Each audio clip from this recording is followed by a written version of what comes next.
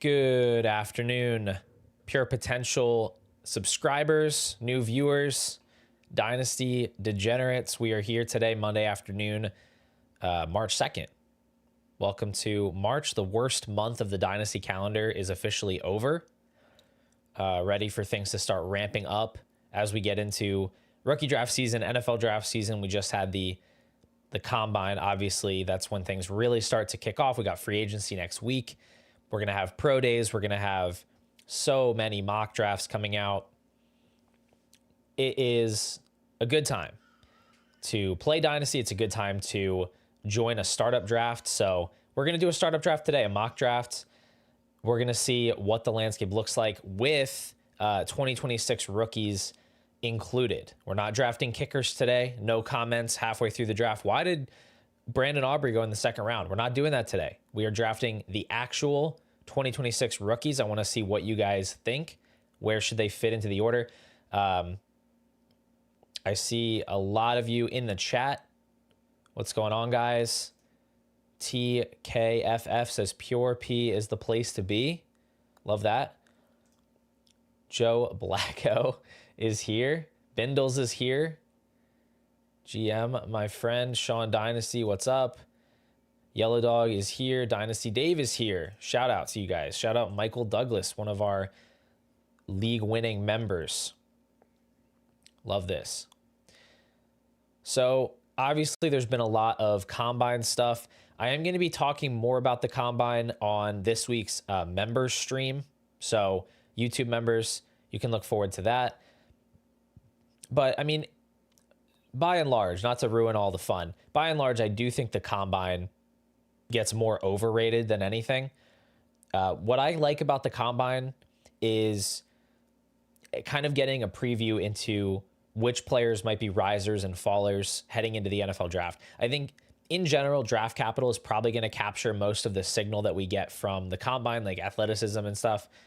At wide receiver, things like 40 time are kind of like negatively correlated to fantasy success. Not that you should avoid fast players, but that we're probably double counting if we're giving a fast player a bump because they're fast, because the NFL is already doing that. So I don't think that there's a ton that we need to fuss about when it comes to the combine, but there's probably some interesting takeaways. I haven't fully dived in, can't think of the right verb there, into all of the results yet, just the headline stuff. But anyway, we also had a David Montgomery trade. We'll see where he slots in to the startup now as the presumed running back one for the Texans. But yeah, this is a good point here from Michael Douglas. Sleeper doesn't have all the rookies in the pool yet, so we're going to draft with the rookies that are available. There are going to be certain rookies that you're going to look for if you're in the draft that are just not going to be there. Now, I think it's a little bit more than first two rounds. There's definitely some deeper names in there as well, but there are some random players that you're going to see are missing. So we'll draft the rookies that we can, but we're going to get over into the draft view. I don't want to wait too long before we start this thing, because that's what you guys are here for. For what it's worth, I'm just going to be doing commentary today. I liked the pace of that when we did the live startup draft, that I could just focus on talking and answering questions. So we're going to do that again today. It's not the last time I'll ever do a mock draft. I'm sure I'll jump into other ones in the future, but today it's all you guys. For what it's worth, if you do have a startup coming up and you haven't seen it yet, I did drop a 30-minute startup strategy video kind of tackling the current 2026 meta. I do think it's worth checking out. It's my most recent video. So just putting that out there. And if you're looking for a Dynasty League to join, the Pure Potential Discord is totally free to jump into. There's a link in the description. You can jump in there. There's a channel to find leagues. Lots of good managers looking for Dynasty Leagues all the time. So I'm going to drop the link in the live chat here on YouTube. Before you join, just know 30-second timer. This is going 16 rounds. This is a 12-team Superflex. There should be settings on the screen somewhere. I need to fix that. 12-team, start 10, Superflex, PPR, tight end premium. And don't join unless you're going to stay for the whole thing, please. Don't take a spot from somebody that wants to draft if you're not going to draft the whole thing. I'm dropping the link now, and I'm going to try to fix our lack of settings here. 1 second.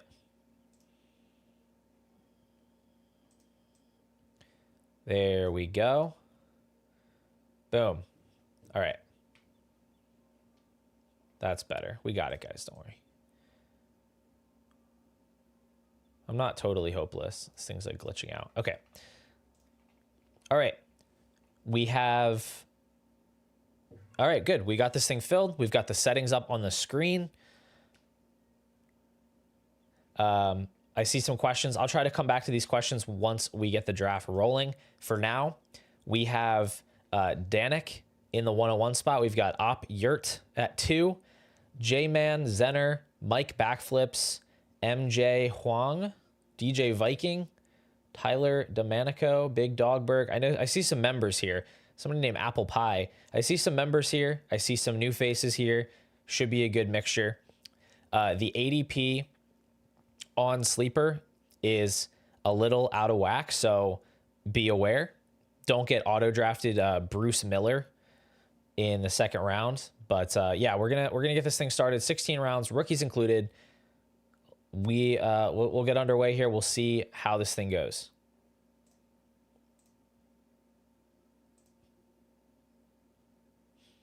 All right, draft is underway. We've got ourselves a Bijan 101. I've been seeing that more and more frequently. I can't quite get there, but I understand the impulse.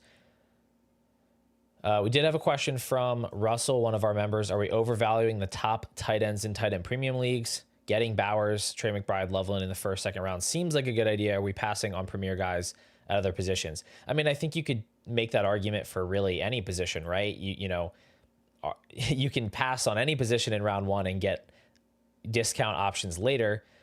I'm very happy to take Bowers, you know, at the 9 or 10 range. I'm happy to take McBride at the 1-2 turn or early second round.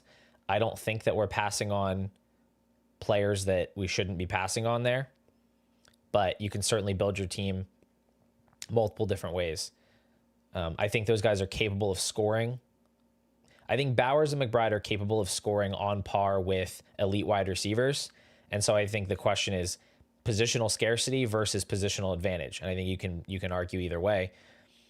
We do have 4 skill players over any quarterbacks. I don't think I've ever seen Josh Allen fall to the 5 spot, but we go Bijan, Chase, JSN, and Gibbs to start things out. Yeah, I can't see myself passing on Allen really for JSN or Gibbs or anything like that, but that's what happens here. Then we get Puka and Neighbors, and then we get Jeremiah Love at the 109.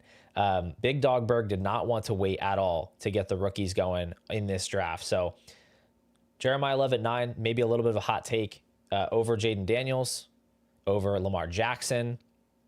Jefferson at 11 feels a little early to me. But yeah, we'll see how it goes. Lamar McBride at the turn, passing on the wide receivers. CeeDee Lamb on the way back to pair with Jefferson. So our first rookie comes off the board at 9. I'm very curious to see how long it takes for our second rookie to come off the board, because there's already a pretty big gap between 101 and 102. But then you add on to that there's some uncertainty about who that 102 is. So I feel like that player could actually fall a little bit further, whoever that second rookie is going to be.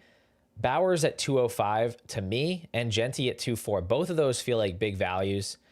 Specifically Bowers, though. I think Bowers still deserves to be a top 10 pick. Definitely would take him ahead of Jefferson. Would definitely take him ahead of Love at this point. But I know that there are some mixed feelings about early tight end. If you don't want an early tight end, you don't want one. So it just takes a few players at the turn to pass for that value to really come through for you. We do get Joe Burrow here at the 2-6. And then we get Drake London. Typically, there's a little bit of a quarterback pileup at the back end of the second round. We'll see how many of those guys come off the board. This is a third round reversal draft. You may not have noticed when you jumped in and grabbed your draft slot. If not, sorry for your luck. But this is third round reversal, so it's going to go back over to the Lamar McBride drafter when we get to the end here. Gibbs, Achane. So we have 2 double running back starts. Only 1 double quarterback start. Only 1 double wide receiver start, at least so far. Yeah, this is crazy. The 102 in the 5th round of a startup is... I mean, that's like everybody forgot you could draft rookie picks territory. Like, I don't know how that could possibly happen. I got the 102 at the 311 in a startup like a month ago, and I was kind of shocked that it was even fell that far. But I also got the 101 at 211. So the spot where Hampton just went is where I got the 101 in that startup draft. We always see the rookie pick inflation. It always comes through. Anyway, Loveland closes out the second round. I think that's a totally solid pick, but there's actually some great values on the board here. McMillan goes 301, Hurts 302. I don't know what to do with Hurts. I think he's a fine pick there. It just feels like there's enough weird things going on with the Eagles, especially if they move A.J. Brown, where like if dominoes start to fall, dominoes could fall really fast, and it could be kind of Kyler-esque how quickly this guy falls out of favor. And I say that as an Eagles fan who's very grateful for the success we've had with Hurts. It just seems like he's one of those quarterbacks that has enough limitations and has enough like haters and doubters in the community that he could definitely drop in value quickly. So he's kind of a tough asset for me right now. I think early third is fine. I would take Herbert over him personally, who becomes another good value here for the Bowers drafter at 305. I think Herbert is just one of those guys that people are tired of underperforming, but I genuinely don't think I don't see much difference at all between Burrow and Herbert, like looking at their outlooks next year and beyond. Like they're both very good passers. You can say Burrow is better, that's fine, but there's not enough of a difference between them talent-wise to say that they have like radically different ceilings. We've seen Herbert hit the high ceiling. He's going to get Slater back. He's going to get Joe Alt back. He's going to have Mike McDaniel calling the plays, and they have a good group of weapons. So I don't know. I think he's almost as likely as Burrow to have like a spike season where he throws 35 touchdowns. I don't see why that's off the table. He actually runs quite a bit more than Burrow, so he has a higher floor in that regard. I think he's a pretty nice pick in the third round. But we do get Olave here, and then Trevor Lawrence. Those are fine picks. Is Mike going to take something other than a quarterback here at the 308? I think the back of the third is where things do start to fall off a bit. And that was an auto pick. I don't know if that was a queued pick, but we do have here at the 309 our second rookie of the draft. Second rookie is Jordan Tyson. Bit of a controversial pick. I guess Zenner is a big fan of the bench press. Tyson put up 26 reps. J-Man goes with Mekhi Lemon. So back-to-back here. Lemon and Tyson. It's going to be interesting to see how the weird interviews for Lemon shake up the perspective on him. I mean, at the end of the day, there are plenty of weird personalities that are great at football. George Pickens would be one. But if it does impact his draft capital, is he going to fall in ADP if he goes in the JSN range, like 21st overall versus being a top 15 pick? I could definitely see him falling in rookie drafts a little bit.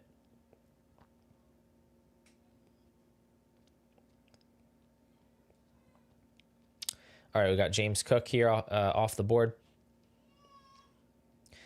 So this is all fine and good about the Eagles signing a free agent or drafting a receiver, but there's no wide receivers hitting free agency that are even remotely close to offering what A.J. Brown offers. And the top 3 wide receivers will almost certainly be off the board by the time the Eagles draft. So it's like, I don't think drafting KC Concepcion or Denzel Boston or drafting Omar Cooper in the second round is really the same thing as replacing A.J. Brown.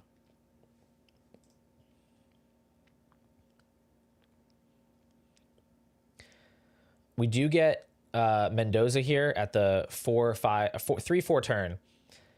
And I haven't finalized rookie rankings entirely, but I do think Mendoza is a guy. I do think Mendoza is a guy I might come in a little bit below the market on in rookie drafts. I tend to be a little below market when there's a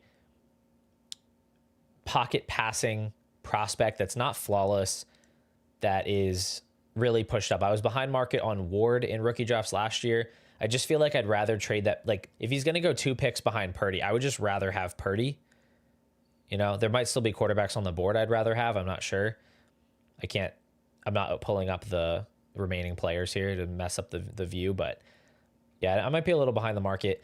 I don't necessarily think this is true, J Money, that people are just overreacting to the Twitter people saying he bombed interviews. I think if you look at what he did, I think if you look at his demeanor publicly in the public facing interviews that we could see, it's not really hard to believe that he bombed other interviews. Like, I don't know.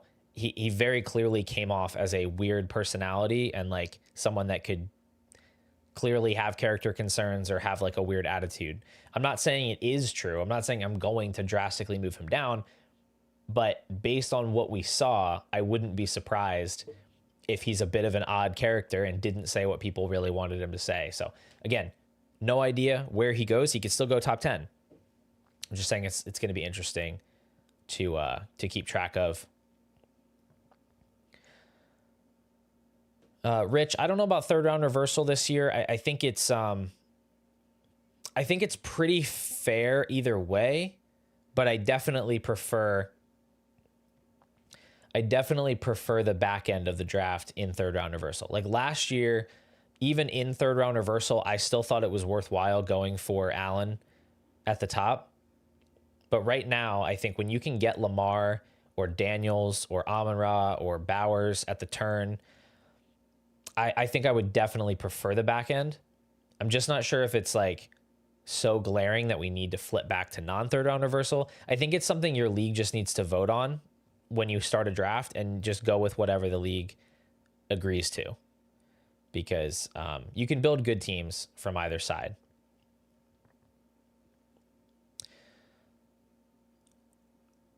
Not a fan of Rice going off the board at 4-2, especially ahead of Pickens or Tate. I would definitely take Pickens or Tate. I'd probably take Garrett Wilson and Ladd McConkey. I just think there's way too much smoke with Rice.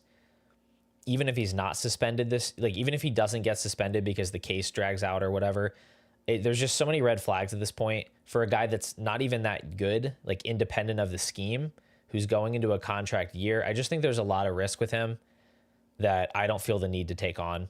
I would definitely rather have, very, very easily would rather have Pickens or Tate.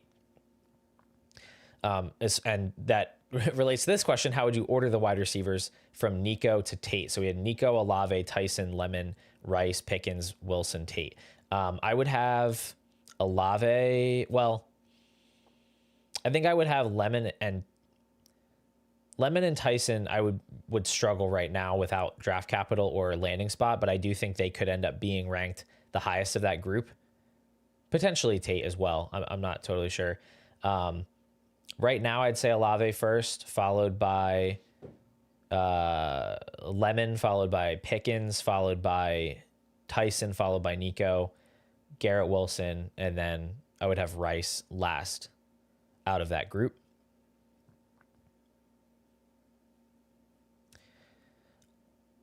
I would not require much to move from Allen to May personally.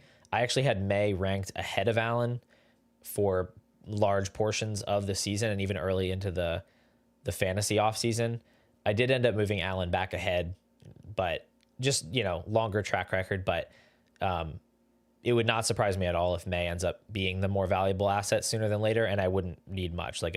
Give me a future second, and I will make that swap. I have no issue with that. I think people are overreacting to struggling in the Super Bowl when the reality is the Patriots overperformed all year. They were way ahead of schedule on this rebuild. They still have so much work to do along the offensive line. May showed, even in that game that he struggled, he still scored 20 fantasy points. From a fantasy perspective, he's still very mobile. He showed that he's a very, very good passer. Even if he's not, an actual perennial MVP candidate, he passed that test. So I think he's still very, very high up there. We've got a crazy wide receiver run here in the 5th round. Burden coming off the board at 5'6". I love that value. Same with Flowers at 5'8". But yeah, Harrison, Higgins, Adunze, A.J. Brown. Denzel Boston in the 5th is a little bit crazy for me. I mean, it's all fine and good. It's fun to draft rookies. I think that's a super aggressive value ahead of Jordan Love, ahead of Christian McCaffrey. I mean, ahead of Chase Brown. I mean, this is a very unproven prospect whose best case scenario, right, is probably to go somewhere in the 20s in the draft. I think that's a little aggressive. Still a guy that could fall to the 2nd round. And at that point, it's kind of a nightmare pick. So I think that's way too high. I do like the value on McCaffrey. There's good players here in the 5th and 6th round, especially the 6th round. Love falling into the 6th. In my opinion, the late 4th round stretch here, and I don't think anybody necessarily did anything wrong, but this late 4th round stretch just feels like by far the worst value on the board. Getting Brian Thomas here, getting Ibuka here, getting McConkey here. When you look at the late 5th round, you've still got Rome on the board. You've still got Flowers on the board. I just don't think that's very different. It feels like you're paying a real premium for really no reason, not really getting a better player. So that's why I like trading out of that spot.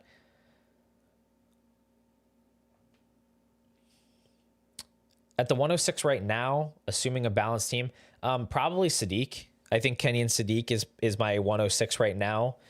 It could be someone else later, but I think he'd be the safest option. If we assume the top 5 in some order is Love, and then Tyson and Lemon and Tate and then Mendoza, I think Sadiq is the clear 6th guy right now. He's going to go in the 1st round. He has the insane athleticism. People are going to want that asset.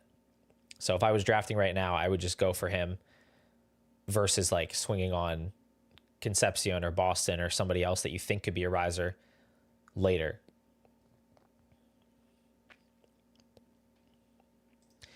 Scat's value if Love goes to the Giants at 5 is, it's cooked. It's very, very bad. It is a serious, serious problem for him. I'd have to think of a comp, but Tyler Algier. He would basically be Tyler Algier at that point. So whatever you think Tyler Algier was worth when he was behind Bijan is what I think Scat would be worth behind Jeremiah Love.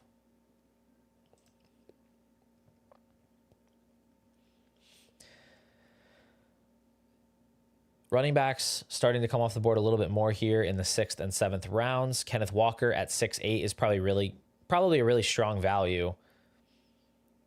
We get Javonte over Kyron is interesting. He did just get the extension. I'd probably still take Kyron, but they're definitely similar.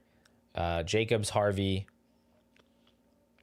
Cam Ward falling behind Tyler Shuck is interesting. Is Ward falling for any particular reason? Are people worried about the shoulder injury, or is this particular room just not very sold on what he did as a rookie? I'm definitely curious about that because I do still have Ward ranked ahead of Shuck. And I haven't revisited that prior in a minute, but I think I would still take Ward.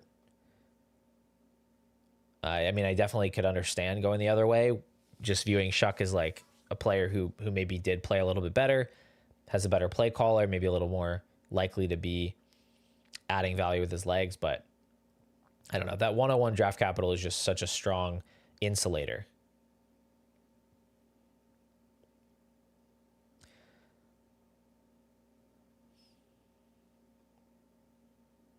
Hey, Samuel, glad you could make it here. I don't agree with this. Gibbs at 101 after the trade. I've heard a lot of people talking about Gibbs like this is some sort of like Gibbs to the moon thing. I really don't understand. I don't understand that sentiment. Like Gibbs already got a ton of touches last year. And I mean, does anybody actually think that they're going to trade David Montgomery and then like not bring in a backup running back? Because they already used Montgomery as basically a backup for most of the season. They're going to have another backup. Like they could sign Tyler Algier or Rico Dowdle or Brian Robinson or any number of guys and just use them the same way. I just don't really think Gibbs is going to get more volume than he got last year. Like he was 4th in red zone touches last year. He was 4th in rushing touchdowns. It's not like Montgomery was actually still stealing goal line work or any kind of valuable touches. He was just a guy who absorbed work between the 20s like any backup would. So I still think that's going to be the case. I mean, Gibbs is still my RB2 in Dynasty. I'm not saying it's bad, but I would sell Jahmyr Gibbs if the consensus is like he's the best player to own in Dynasty now. I would trade him for Jamar Chase. I would trade him for Puka. I would trade him in most situations. I would trade him for Allen. Like, I guess just see if that's out there because I just don't really. This doesn't change anything for me personally.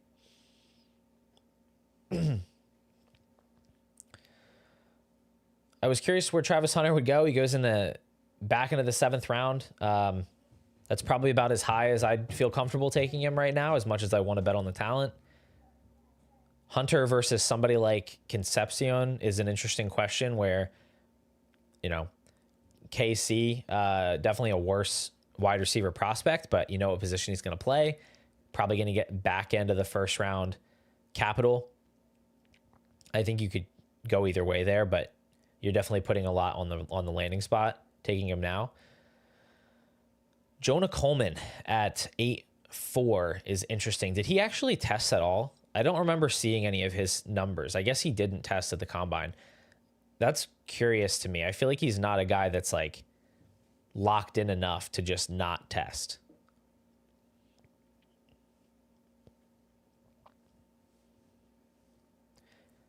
You know I love the Bashal Tutin pick at 8.7. This guy gets it. Travis Etienne expected to sign elsewhere. That's Bashal Tutin's music right there. I don't know if Devontae Adams is still an 8th round guy for me, at least not ahead of Pearsall or Addison. Hard for me to bet on Adams reproducing his like touchdown per game season that he had last year. I think it's kind of like undersold how little he did outside of the touchdowns. Like he was averaging like maybe 50 receiving yards a game. I don't think he was on pace for a 1,000-yard season. Even I think he was literally just a touchdown machine from the 1-yard line. I struggle to just bet on that repeating. So I feel like he's more of maybe a 10th round guy for me.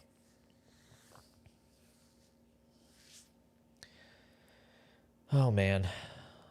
Malik Willis at the 8.11. That's a sharp pick. He's going to be a value riser. The way they're talking about this guy is like he's going to get $30 million a year. A lot of smoke on Willis to the Cardinals. Pair him up with some good weapons. That's actually kind of scary for Trey McBride now that I think about it. All the rumors about Malik Willis going to the Cardinals. You do not want Malik Willis on the Cardinals if you have Trey McBride or Marvin Harrison or Michael Wilson. But like any quarterback that, first of all, extremely questionable passing ability outside of like when he was forced to throw in the Matt LaFleur system. But beyond that, any guy that's going to pull so many pass attempts out of the offense, on scrambles and designed running plays is like not good, especially when McBride was so volume dependent last year. I have a lot of McBride, so this is dawning on me right now, and I'm actually not a fan of that at all. We did finally get David Montgomery off the board here at 9.4. That's probably about as high as I would take him. Again, I don't know exactly who's still on the board. I think I'd still go Swift, but similar range, I guess. Kyler Murray is a good value there in the 9th round. He's going to start next year somewhere, maybe the Vikings. Parker Washington is a decent pick there. Omar Cooper. Eli Stowers. We're seeing the rookies fly off the board here. Cooper, Stowers, Jadarian Price. People are calling their shot on these guys. I think this is about where you want to do it, right? You look at who's going off the board here with Swift and Montgomery and Parker Washington, Michael Pittman. You're talking about early-ish second round picks. Why not take a swing on guys that could end up being the 108 or the 109 in this class, depending on draft capital, depending on landing spot? I mean, that's definitely interesting. I definitely like all three of those rookies a heck of a lot more than I like Trey Benson or Matthew Golden. That is for sure. We might be getting a little ahead of ourselves with Mike Washington, though. Like, just going off of raw athletic score, I guess, on that one. He's an interesting sleeper for sure. I don't know if I'd go 10th round startup pick. Zenner here is building a very run-heavy board. Gibbs, Acham, McCaffrey, Coleman, Price. Does have 2 quarterbacks, does have 3 receivers, so just needs a tight end. J-Man here went more wide receiver heavy. He's got his 3 quarterbacks. He's got 3 running backs. The running backs are pretty shaky here, man. I'm not going to lie. Not that you have to draft a perfect lineup in a startup, but questionable running back group. Trying to see which is my favorite draft so far. I mean, honestly, outside of I wasn't a big fan of the Rice pick. I would have gone Pickens, but otherwise, I mean, this is a pretty solid draft. I do like Chase, Hampton, Purdy, AJ Brown, Sadiq. I think these are solid picks. Yeah.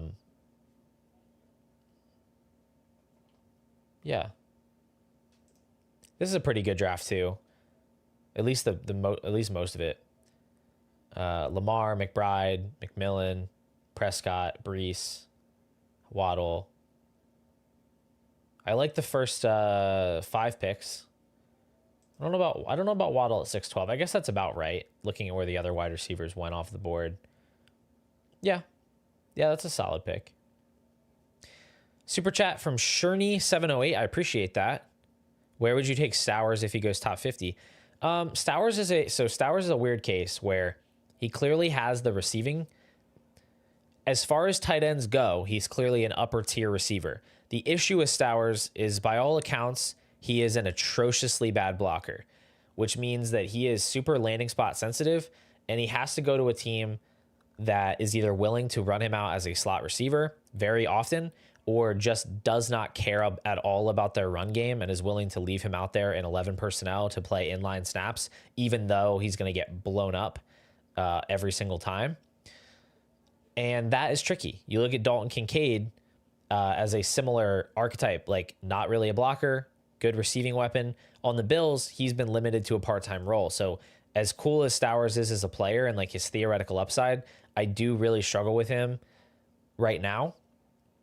It just depends where he lands. I'd say if he was taken top 50, he wouldn't fall out of my like top 15 rookies in tight end premium. But I think I will struggle to get him into my first round unless it's just the perfect fit. But thanks again for the chat. Smitty, I would trade Jahmyr Gibbs for Josh Allen straight up. Yeah. I would still do that in pretty much any situation, unless I had like a weird team where I already have multiple elite quarterbacks and I didn't think I could move one of the other ones or something. Pretty strong value on Algier here in round 11. I like that. I do like Algier over, like, I would definitely like Algier over Corum or Singleton. I mean, Algier is a free agent, right? Corum is not. Corum is going to be back behind Kyron next year, whereas Algier, all signs point to him signing elsewhere.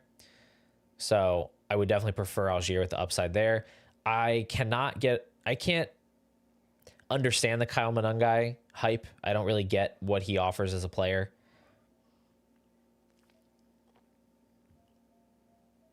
I do think there are probably some issues here just with the ADP being difficult to navigate. Like, I don't know what we're doing here with some of these picks, but which rookie quarterbacks may have risen based on their combine performance. I haven't really looked at any of the combine metrics for quarterbacks, but I feel like the combine is like least important for quarterbacks. Like Talon Green is interesting because he ran a 4.36. I don't know if that's going to impact where he gets drafted, but his athletic profile is kind of insane. He has like the athletic profile of like DK Metcalf or something, or like some, well, he's not as big as DK Metcalf. I'm trying to think of the comps that were out there. Just like, think of a super elite wide receiver that I can't think of right now, and like that's Talon Green, but at quarterback. So he's an interesting guy for our purposes to keep an eye on.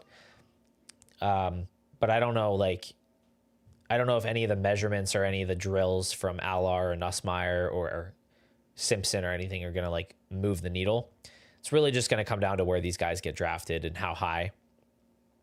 I'd be kind of surprised if we have more than 3 quarterbacks off the board before the end of round 2, like at best.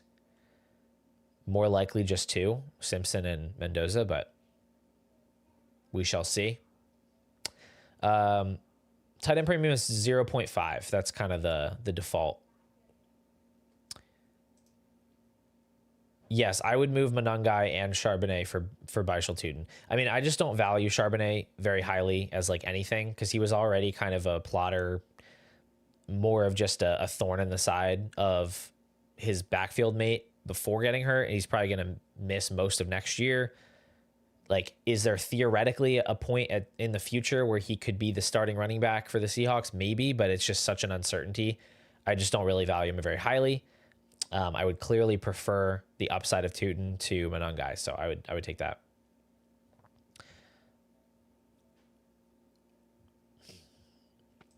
Javante's extension doesn't do much for me in his ranking because I just kind of figured he was going back to the Cowboys. But yeah, I mean, I think he's worth like the 111. He's going to give you like 14. He's going to give you like 14 to 16 ish points per game at like the very, very high end. I feel like not adding a whole lot as a receiver. You just hope he gets 10 touchdowns. They could add better competition though. Like they could add somebody that's better than Malik Davis and Jaden Blue. So I don't know. He's fine. I feel like I'm not caught up on the draft at all. Let me take a look here at the most recent few rounds. We had a few more rookies coming off the board. Singleton in round 11 is a little crazy to me because he's probably going to be a day 3 pick coming off a broken foot. Like, are we that confident in the athletic profile of Singleton, who like was not a good rusher last year? Again, probably day 3 pick. I don't know if I'd go that high. We get Surratt and Jeremy Bernard at the end of the 11th. Yeah, I understand you guys. The ADP makes it difficult. You guys are troopers. I appreciate you putting yourself out there on the stream. I'm not trying to poke fun at anybody. Just trying to break things down. We get Zach Branch here at 12-4. Zenner's just stacking up the rookie wide receivers, which I think is sharp because some of these guys are going to get.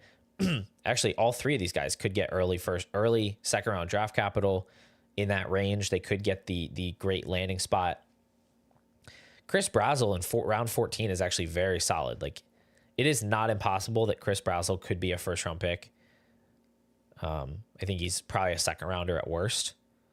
So some of these rookies do feel like really good values, especially compared to some kind of, meh veterans.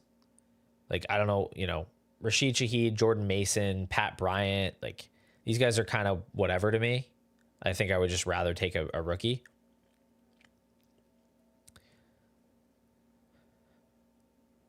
As far as non-rookies, I guess I don't mind the price tags here on Ayuk and Worthy and Coker and Downs. Like this group of wide receivers is pretty solid. I think once you get to round 13, I think pulling the trigger on JJ McCarthy is okay. I definitely prefer McCarthy in round 13 to Penix in round 10. That's for sure. We're actually coming up on the end here pretty quickly, guys. You guys have moved really fast through this startup.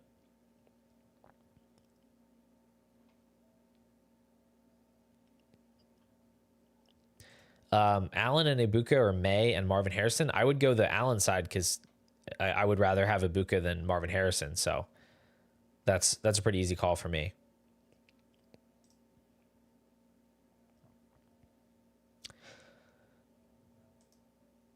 Parker Washington or the 2026 201.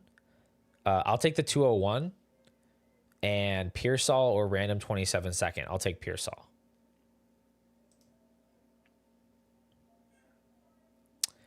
Tua comes off the board at the end of the 14th round.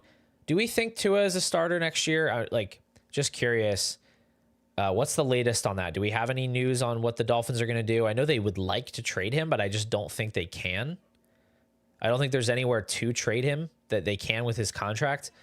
And I just don't know. Are they going to eat all that dead cap and cut him? I'm not sure. I fear that Tua could just be stuck as like a backup in Miami because they can't get rid of him. But even if he was released, I just don't know. I don't know if he's viewed as a starter anymore.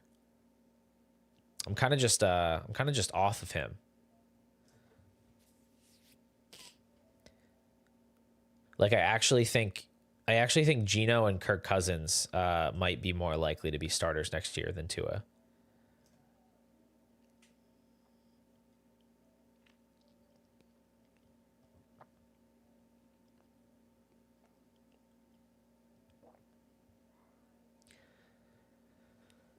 Ooh, I like AD Mitchell in the 15th round. Somebody watched the startup video. Antonio Williams. The wide receivers in this class just never end. Like there's just always another wide receiver in this class. And all these guys, some players are going to have to fall unless the entire second round is going to be wide receivers because there's just so many of these guys.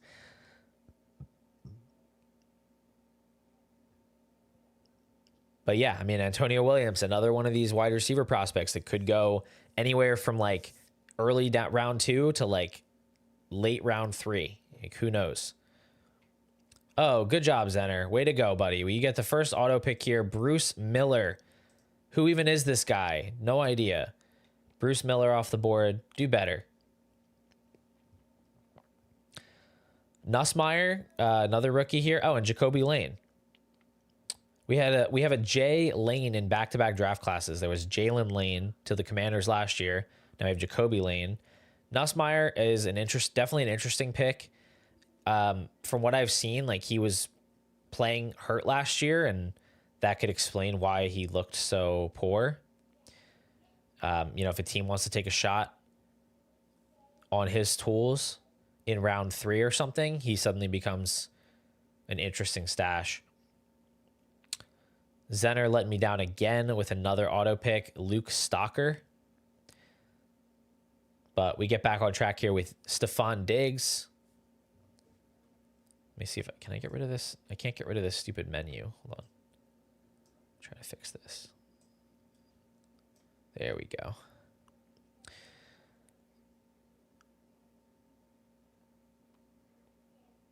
All right, there we go. Caleb Johnson, Trey Harris, Tyrone Tracy, Troy Franklin, Chim DK, Deshaun Watson, Carson Beck. You guys are crazy over these quarterbacks here at the end. You guys are going absolutely nuts. Why can't I see the players? Won't let me open up the list of players here. Oh, I was clicking the wrong button, that's why. And I can't see the players. Okay, great. Thanks for nothing. I don't know who the best available was off the board, but definitely feels like we're taking too many. Feels like we're taking a lot of these long shot quarterbacks over like probably legitimate players that are still on the board just based on what I'm seeing. Jay says he took out of the 103. Feels like I always have a running back problem. Yeah. I mean, I'm kind of fine this early in the offseason going pretty light at running back. I actually have a team, just anecdotally here. I actually have a team that I drafted back. We did like a startup in December. Actually, Zenner is in this league, interestingly enough. But the only running backs I have on my entire roster are, let's see, Aaron Jones and Najee Harris. So, I mean, I literally have no running backs on this team. But that's fine because I have a long off season. I can pick up value. I have McBride. I have Neighbors. I have Burden. I have multiple 27 firsts. I have Trevor Lawrence. Like, I have a team around. I have a team with lots of young assets. I have value. I have second rounders I can use. So it's not bad that, it's not bad to not have running backs. But as far as what you could have done differently, I think I might have passed on Mayfield for somebody like ETN. Like, I don't think you necessarily have to go Baker there when you already have two quarterbacks. And then I'm just not a huge fan of the running backs you did take here with Benson and Washington. I think looking at what was on the board, I would rather have Warren or Ramondre or Algier over Benson and probably over Mike Washington as well. So I think you could have ended up in a slightly better spot. It's like Scataboot, like all this running back stuff for the Giants could be nothing, and you could end up with a starter there. I think Ramondre is going to have value next year. I think Algier probably going to have some value. I don't have much belief in Benson as the starter. Viking J might have gone too crazy at wide receiver. I mean, I don't think none of your picks look crazy out of line here. I think you picked up nice value on, even Knicks, but Burden, Kraft, who I'm typically lower on, but I think that's late enough to take the shot. I think Ward was a good value. I liked the Tootin pick. I liked the Swift pick. And then the wide receivers here, you could have passed on Wandale to maybe grab Algier, but I think that's kind of splitting hairs. I don't think any of these are bad value picks. I think Pierce is good. Wandale, Downs, Myers, Mitchell, Harris. I think these are all totally solid. No issues with that. Big Dogberg, Blacked Mind is here asking for a little team review. He says he knows he messed up. I don't know about that, but we'll take a look here. Jeremiah Love and Ashton Genty is definitely a unique start. I mean, I like Jeremiah Love. I just don't know if I'd go with him at 9. We can look at what this team would have looked like if we had flipped a couple picks. But we have Jeremiah Love, Ashton Genty, Nico, Brian Thomas, Fannin, Shuck, Laporta, Pearsall, Montgomery, Penix, Stevenson, Coker, Bryant, Jennings. I mean, I'm not really into several of your last picks. I don't really have any interest in Pat Bryant, at least as a 13th rounder. I don't really see much upside with Mason Taylor or Troy Franklin. And I despise Michael Penix as a 10th round pick. I think that's just way too high for me. But I mean, otherwise, it's not a bad team. I would definitely go Ibuka or Burden over Brian Thomas. That's just a personal preference. It would be interesting to see if you had taken, let's say, Amon-Ra here. You could have had Amon-Ra and Taylor instead of Love and Brian Thomas. How do people feel about that? Because I think Taylor is a guy I'm usually fading, but like in the late 4th round, why not? I think I would rather have Amon-Ra and Taylor than Love and Thomas. That's where I would look at this team. And then obviously the quarterback position is really brutal. So you could have also gone like Daniels here. Yeah, that's another way you could have gone. You could have gone Daniels here or Lamar at 9, and then you could have gone Dak in the 4th. I think that's probably looking a little better for you. You could have gone Daniels and then Taylor, or you could have taken Dak over Thomas, and you could have at least had a legitimate quarterback here. Anthony, we're just going to stick with the one draft today. I got to wrap this thing up here shortly. Just trying to answer any, if you guys have any more questions, I'm totally cool to do questions for like another 10 minutes, whether they're about teams in here or just Dynasty in general, upcoming free agency stuff, combine stuff, whatever you want to talk about. I'll toggle off of this view back to the regular view here in a second, just to avoid confusion. How do I feel about the Bucky price? Bucky price of the mid 5th round. I think that's very, very solid. I have Burden and Flowers ranked ahead of Bucky. But after those guys, I also have Christian McCaffrey ranked ahead of Bucky. So maybe a little bit higher than I would have taken him, but not really a bad value. Danik was at 101. Receivers turned out awkward. Yeah, receivers definitely didn't go super well for you. I can understand why you felt a little backed into the Boston pick with so many other wide receivers off the board. I honestly think you needed to go. I think you probably needed to go wide receiver where you took Mendoza. Like if you had gotten Pickens here, if you had taken Pickens here and you had taken Love instead of Boston, I think you'd feel a lot better about this team. Bijan, Loveland, Cook, Pickens, Love, Devonta. I think that would just look a lot better. Super chat from Chris Sands. I appreciate you, dude. We've got an interesting trade question here. Let me try to break this down. Swift, Travis Hunter, and 106 for 102 and 206. Accept. Superflex 10 team, 3 wide receiver, 2 flex. I have Bijan, Walker, Neighbors, Garrett Wilson, Golden, Gadsden, Coker, Reed. Okay. So I value Swift a little ahead of the 206, but just for the sake of this question, let me just call that a wash. Hunter and 106 for 102.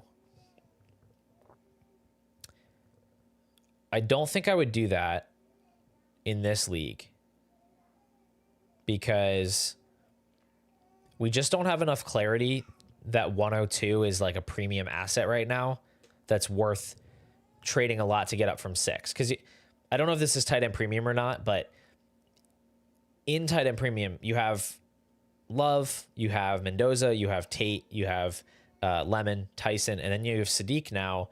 And Sadiq is the type of player where in a lot of leagues, you're probably going to have some truthers that like look at the athleticism and look at the positional designation and just want to pull the trigger on Sadiq. So I think you're going to see leagues where 106 ends up being like Tyson or Tate or whoever falls the furthest of those wide receivers. And I just don't think I'm going to be crazy about sending Travis Hunter on top just to get my pick of the second best rookie. So my advice would be to hold Swift, Hunter, and the 106 for now.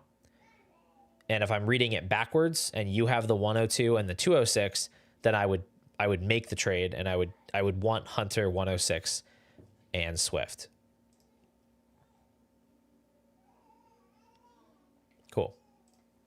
All right, guys. Thanks for a good mock draft. Appreciate you guys jumping in there. Hopefully Sleeper will update their ADP at some point to make it remotely usable.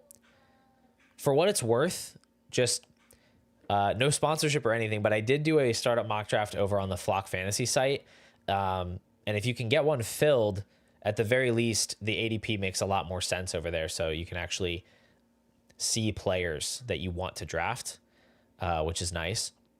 And it's user-friendly enough. What are late-round tight ends you like?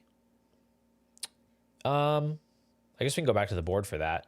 Late-round tight ends, I mean, depending where we start late round, I think Isaiah Likely in round 14 is a solid value. I think he could be a nice riser in free agency. I think Njoku in the 15th is totally fine. I think Hawkinson around 15. I mean, really, Hawkinson, Goddard, Njoku, all these 15th round guys are honestly pretty good values at this point in the draft.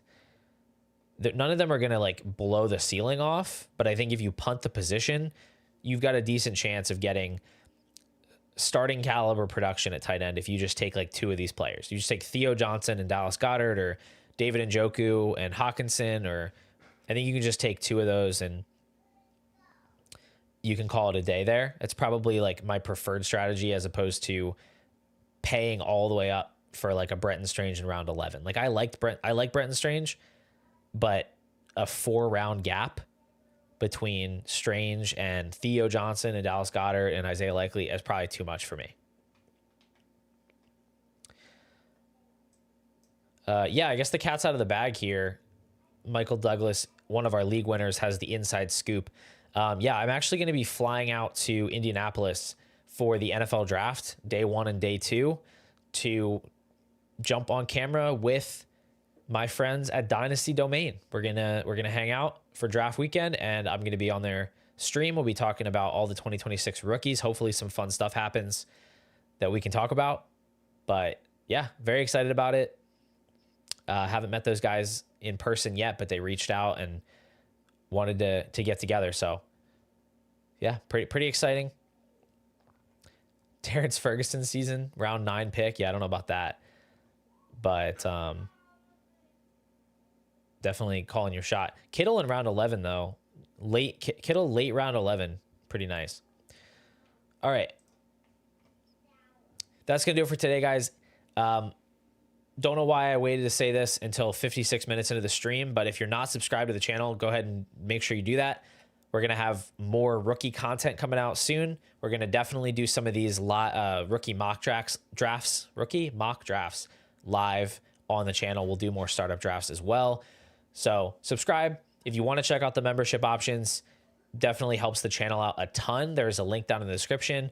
You can get the rankings. You can get into the Discord and talk with me. I am super active. I answer questions all the time. You can feel free, ask any of the members. They'll vouch for me. And you can also get weekly live streams. Like I said, we're going to talk about the NFL Combine this week. We're going to answer some questions, all that good stuff. So appreciate you guys tuning in to the stream, and I'll see you all next time.